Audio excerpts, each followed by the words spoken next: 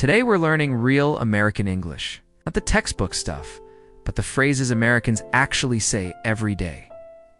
Ready? Let's get started. First up, when you feel scared or worried, don't just say, "I am worried." A native speaker would say, "I'm so nervous." You might hear it like, "Why am I so nervous?" or "God, I'm so nervous." It really captures that feeling of anxiety. Next, if you need to explain something important, a great phrase is, "Let me talk to you." Signals you have something serious to say.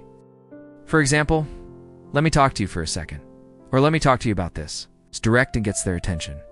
Now imagine you see someone struggling. Instead of the formal, "Do you need help?" a more natural and friendly way to ask is, "Need a hand?" You could say, "Need a hand with this?" or just walk up and ask, "Guys, need a hand?" It's super common and very helpful. What if something is really annoying or difficult? You could say, "That's a pain." It perfectly describes a frustrating situation. For extra emphasis, you might hear people say, "That's a pain in the neck," or even "That's a pain in the butt." A simple "Ugh, that's a pain" also works. If you don't understand something, the clearest and most common question is, "What do you mean?" It's direct and everyone uses it. You can make it more specific by asking, "What do you mean by that?" What do you mean you can't? It immediately asks for clarification. When you want someone's opinion, the go-to phrase is, "What do you think?" It's a simple way to invite someone into the conversation. You could ask, "So what do you think? What do you think of this?" It shows you value their input. Instead of saying, "I understand you," a much more common and casual phrase is, "I get it." It's short, quick, and shows you're on the same page. You'll often hear it repeated for emphasis, like, "I get it, I get it."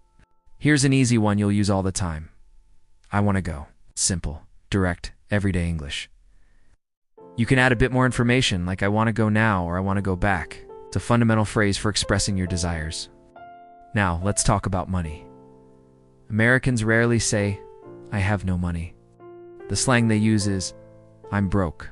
It's very common and informal. You might hear a friend say, "Yeah, I'm broke right now," or just, "Man, I'm broke." On the topic of money, if something has a low price, you say, "It's cheap." For example, "It's really cheap." Or you might ask a friend, "Is it cheap or not?" It's the most common word for something that doesn't cost much. But what about the opposite? When something is expensive, a great natural-sounding word is pricey. So instead of just expensive, you could say, "Yeah, it's pretty pricey," or "It's a bit pricey." It sounds a little softer and more conversational. If you fail at something, what's next? Try again. This phrase is everywhere. It's encouraging and straightforward. A teacher might say, "Can you try again?" Or a friend might suggest, "Let's try again." And finally, when you want to test something out, like clothes in a store or a new food, you ask, "Can I try this?"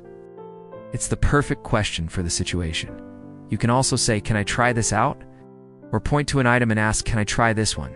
And there you have it. 13 real American English expressions you can start using today. Practice them, make them your own, and you'll sound more natural in no time.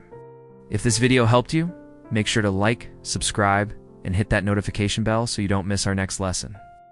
Thanks for watching, and see you next time.